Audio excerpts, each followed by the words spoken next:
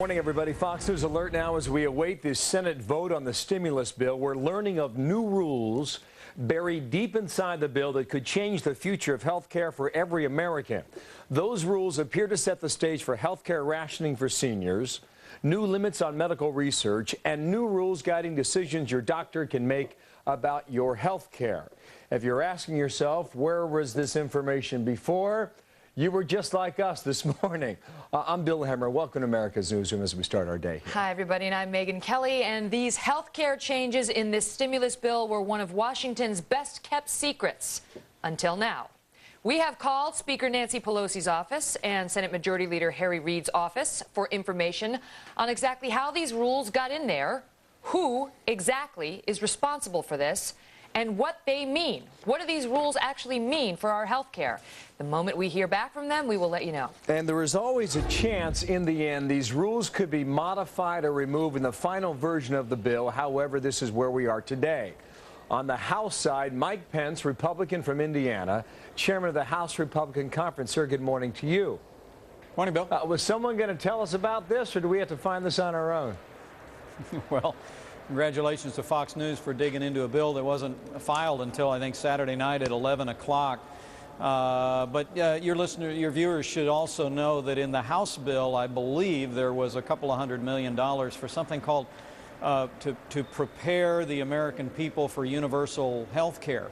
All of which begs the question, what is this going to do to create jobs in Indiana?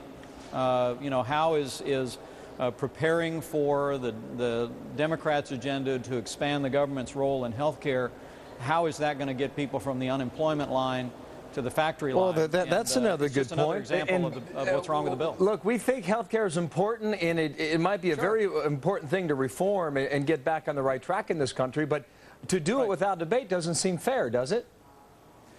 Well, it doesn't seem fair, but it doesn't create jobs. The point here, and as we engage our candid Democrat colleagues, what we hear again and again is this bill is not so much about stimulating the economy as about, as Speaker Nancy Pelosi said last week, Bill, it's about, quote, changing the direction of our government. Well, they've got all year, let me say, to have those debates on health care reform, entitlement reform, taxes, what have you.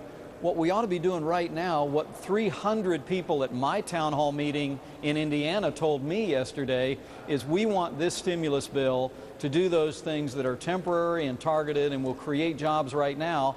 And we know that more government, more debt, more borrowing on big government programs and programs like this are not going to create jobs for Americans. Let me just get back to this health care issue. I just want to keep you on point there. Is this the right thing to do under a stimulus bill? Based on your answer, it doesn't seem like you put it off and do the appropriations bill, or you have an entirely separate bill and debate over how to remake the system. Well, we do 12 different appropriations bills every year, including a bill that funds labor, health, and human services. We welcome the debate over health care reform. Republicans have lots of ideas on that. But again, I thought we were just trying to create jobs here. And the president was very welcome in Indiana yesterday. He came to Elkhart, a city that has 15% unemployment mostly a result of the RV industry falling back. And those folks are saying, what can Congress do right now that will stimulate people purchasing RVs, that will stimulate these companies to hire people back who've been laid off? And growing government and trying to redo the direction of our government on health care reform is not going to put Hoosiers or Americans back to work. Whether it's health care or the overall stimulus bill, you're not convinced it's going to work.